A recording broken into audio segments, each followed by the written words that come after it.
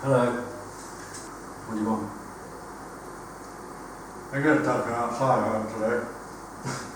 Hi, today I'm going to talk about, I'm just going to talk about, what do you want to know about, Hi, today I'm going to talk about putting your side mount regs on your side mount tanks so you can go side mount diving. So the first thing to mention is modular valves.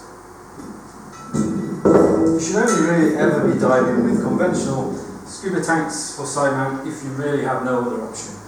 Modular valves are way better and are really essential if you're going to be cave diving with side mount. The valves are on the outside so they're easy to reach and they are opposite, turning them on and off, which is very handy. And also you have this extra bit of valve so that if you're using bungee, it's perfect for doing that. So, I'm going to start with a short hose.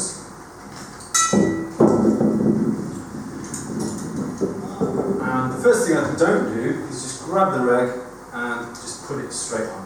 You should always spend a little bit of time actually just inspecting your equipment and making sure it's in good condition. You don't have any obvious damage to your hoses or something where it bulge and could turn into a much bigger problem you don't want to have happen in the water. This is a part of your risk management as a diver. Most divers just don't do it, they just, and then they have a problem that they maybe see before they dive, maybe not. It's really important, making sure things haven't come loose, O-rings are in good condition, things like that. Next thing I'm going to do is actually just inspect the inside of the valve and make sure there's no crap on there. And an easy way to do it is to give it a little blast of air, not deafen everyone and annoy the crap out of everyone around you. So, obviously we all know when we're diving on side mount we need to have the lollipop facing up so it's really easy to see. You know, it's just a bit unlucky if it ends up smashing you in the face. No. So, SPG facing down the tank. Now it's very common when people do side mount courses that they're a little bit aggressive. You have to really make a point. This is very easy to damage.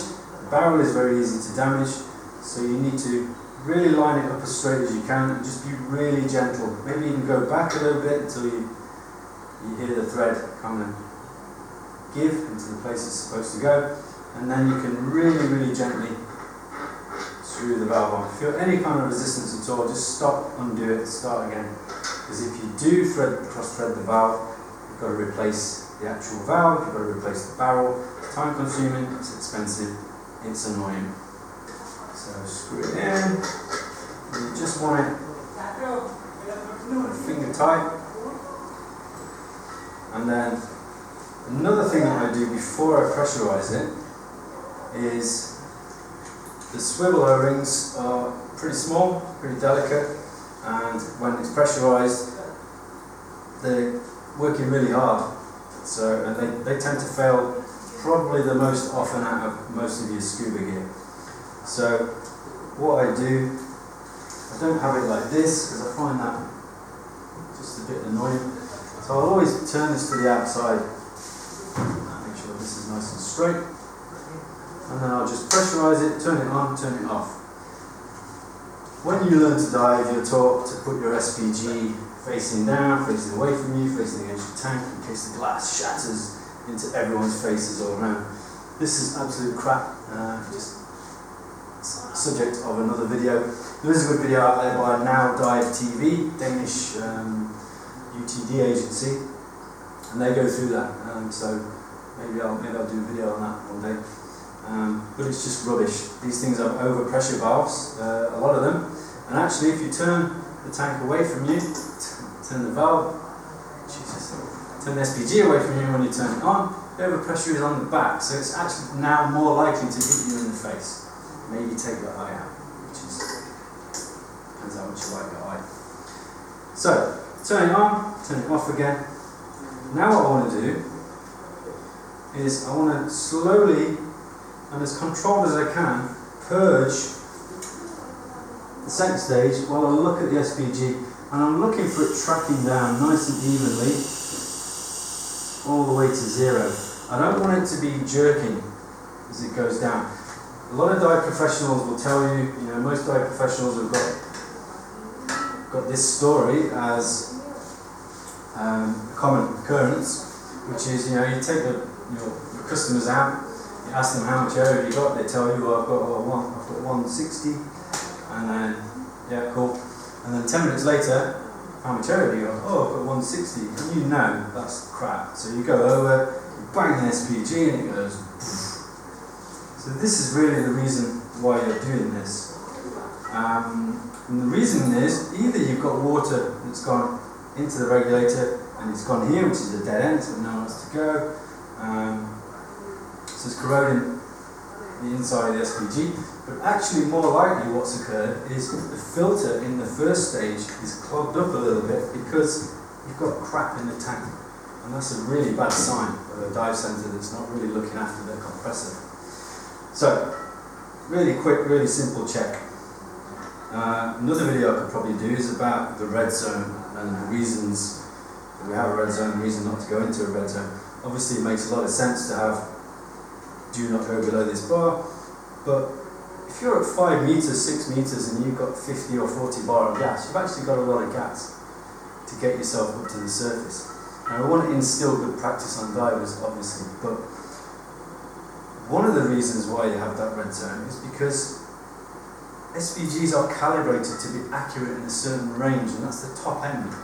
Basically, the red zone is saying when you get down to 50, 40 bar, this SPG is not accurate anymore. So it doesn't really know if you've got 20 bar or 40 bar or 50 bar. So you don't want to be in that zone for that reason. Anyway, going off on one. So, just to recap, tank on, off, purge it slowly, track it down to 0. When it gets to 0, what I do is I'll just put the reg in my mouth and try and take a breath. And feel the diaphragm hitting. If I can breathe, then there might be some tears in the mouthpiece or there's some way that air's getting through. If I can't breathe, that's really what I'm looking for. I can actually see a tear in the mouthpiece here. I can breathe. Now I can't breathe. Good. Not good, but good. Okay, and then next thing, turn the gas on, all the way on, no quarter of a turn back. And I'm just going to do the same normal checks that you should always do. Smell the air, take a few breaths, a few big heavy breaths. Cool, and that's good to go. So now, hose routing. The way I was taught, which I now don't agree with, is to turn the swivel and have it here and just kind of tuck it into there like that. That's really, it's not good. I don't think that's good. It's not good for the reg. Can get a little bit jammed as well. Actually, now what I do is I just put it running straight down the tank and just put a loop in it. And I tend to put the mouthpiece against the tank like that. It's really the only reason you've got this bungee on the left tank. And then I just put the bungee over. It just sits there like that. Now before I'm going to go diving, you see a lot of people set up their tanks and then turn their gas off. And that's obviously going to depend on when are you going diving. You're not going to dive for 2 hours, maybe turn your tanks off. But if you're going to be diving in the next 30 minutes, 1 hour, I would leave my gas on and I would make a note of how much gas I've got. And then if I go back to it and I've lost 10 bar, 20 bar, potentially now I've got an issue. So once you've set the tank up, lay the tank down. You don't want to lay your tank down because it can really put pressure on the low pressure inflator. You see that quite often. So you want a tank flat really, but if the second stage is here, then that actually, it's not really doing any damage to the second stage. You do need to be a little bit more careful if you're on a boat and the boat is kind of rolling a lot, then you need to secure the tank a little bit more anyway. Okay, so if you're diving off a boat, or if you're diving from the shore, then what you can do, one option that Thomas Ventura goes through really well, is just release some videos about getting in the water on sidemount using various different ways. The way I do it is I'll put the left tank on and then I can walk into the water if I'm doing shore dive, holding the right tank, which I can then clip off behind me while I put my fins on. If I'm diving off a boat, I can attach the left tank, jump in the water, get someone to hand me the right tank, or I can hold the right tank and maybe flip the right tank off here, and then it's very easy to put the right tank on. So if I'm going to do that, the very first thing I don't want to do is really common to do, easy mistake to make, is to go, oh yeah, there's the tank, I'll put the tank on, put the bungee on, now I'm going to get the double ender, and I'm going to lift this up to here and to here. Oh, now I need to get the short hose, and you've completely trapped it. So really, when you're stowing away the short hose, it's just so that it's nice and neat and out of the way. So you've got to put the left tank on, flip it to the left. Metal D-ring, if you're using the X-Deeps, do not use the rubber D-ring, you will break it, and they are not cheap. So I'm going to get this out.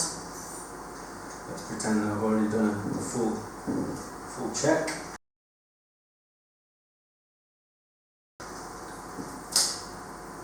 What I need to always remember to do is to just move the swivel so it's upright. Now, when you're doing a sidemount course, this is really common that people do all the time. They just focus on the second stage, they grab it and they go, and then they'll just do that. And it's either wrong or it's just a messy way of doing it. Make your life really easy and go through the same step every time you do it, which is basically this. So it was nice and neat and tucked away. So I'm just going to pull the hose out, I'm going to turn the swivel, and then start from the first stage and just make a loop in the hose. That's it. That loop, that hole is where your head's going to go through.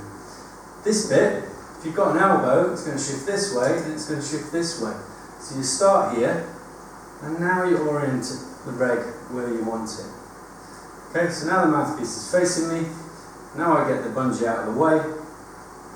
Put the short hose in your mouth. It's easy now.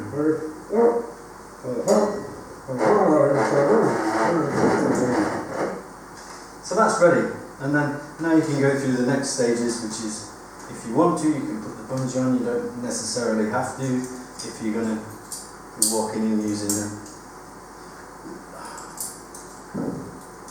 double ender. So now I can just easily stand up. I can walk in the water, holding the right tank if I'm walking into the shore.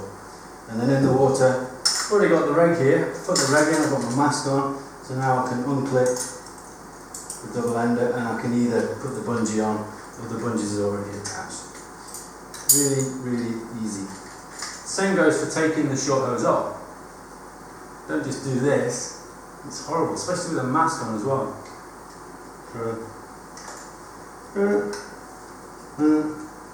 Done.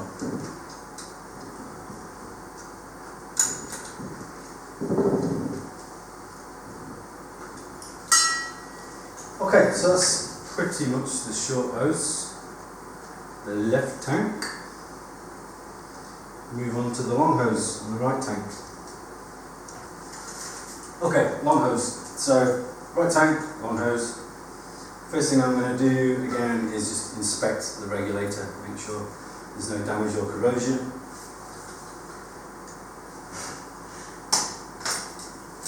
And I don't want the second stage dragging on the floor, so I just tend to put that around my neck, just out of the way. So now I want the SPG facing down the tank. Inspect the O-ring, it's there and it's in good condition. Make sure, don't do this, people do this all the time. You just blast in water and crap into the first stage. Only a tiny bit, any dust or sand, that's literally all you're doing, and a little bit of moisture. So line it up nice and straight again, very, very gentle.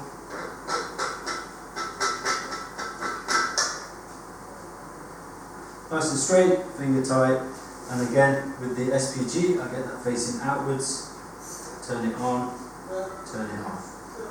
And so the next step, track the SPG again as you purge it, really control, goes all the way to 0, negative pressure, cool, turn it on, all the way, smell, breathe, and look at the gauge, that's all good. So now, the only thing you need to do now is to route the long hose. So it's going to work in terms of streamlining, but also it's going to be practical to get the hose out to use it when you're diving. And also it'll be practical if you have an out of gas diver as well. So, what I tend to do, I don't want the second stage just dragging on the floor, so I'll get it quite high and I'll let it work out the kinks. Now, some people like to use MyFlex hoses, some people like to use rubber hoses. I just happen to have a rubber hose. I'm happy with either. MyFlex is a little bit floaty, but it's stowed away most of the time, so who cares? Probably the subject of another video as well is hose protectors. People talk so passionately, there's so much crap about these things. It's completely personal preference. People say, oh, you shouldn't use them because you get loads of crap going up there. Well, I move it and I inspect it. That's, it's part of what I do before when I set my equipment on. I do think it puts a little bit less pressure on the part of the hose that's crimped. But does it really make a difference? I have no idea really. I don't really have the answer to that. I just happen to have hose protectors. Anyway, so I don't want to second stage dragging on the floor, so I will work out the kinks, get it high, work out the kinks, which is easier with MyFlex than a rubber hose, and then I'll get it over my head, like that. Actually, like that, sorry. So now, people have different ways of doing this, and there are a few. The way that I was taught was to put this here, and to run it down the tank like that, which I do not like to do because it's just exposed now. It's exposed, it's not streamlined really. It's not the way I would teach it. So I would have this running down the inside of the tank. So when I'm diving, this is between me and the tank, nice and protected, but still nice and streamlined, very, very deployable. So I'll just make a loop here, and I'll just feed that down.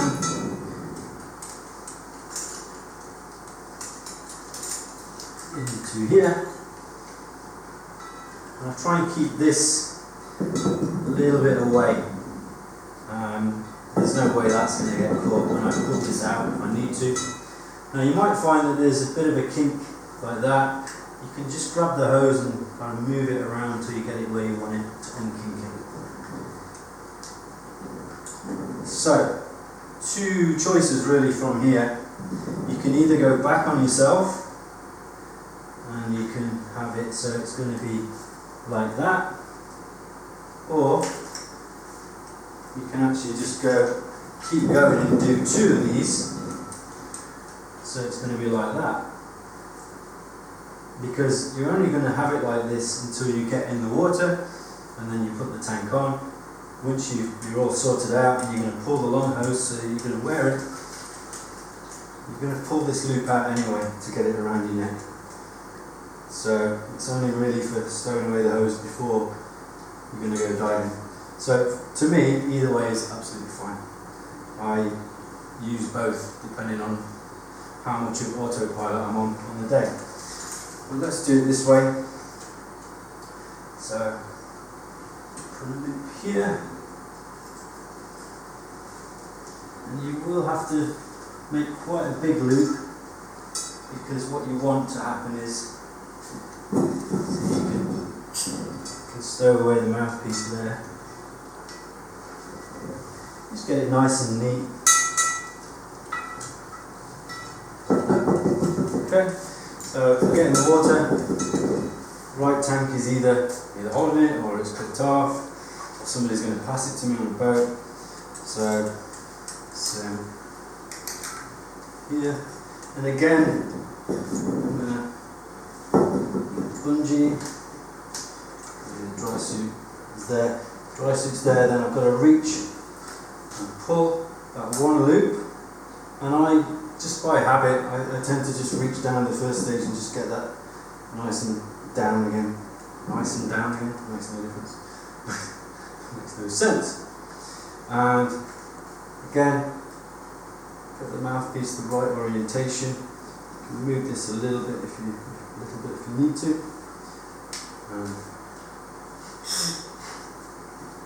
You may need to give yourself a little bit more of the hose. And there we go.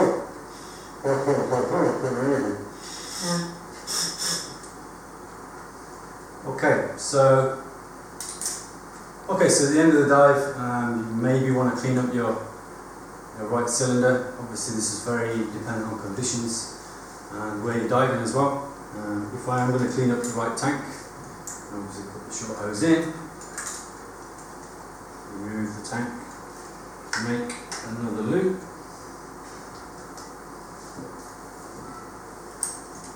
I always keep hold of this, or try to. It's not going to drag on anything. Just get it in there.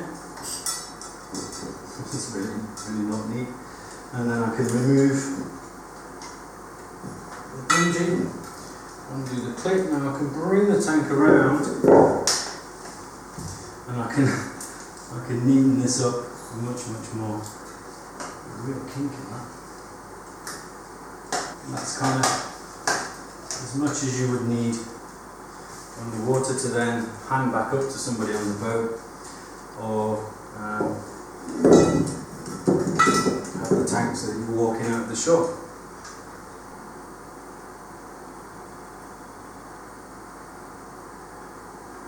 Today we're going to discuss autoerotic asphyxiation with scuba gear. Oh shit, don't forget to turn the camera on. Today we're going to discuss hat technology for cats.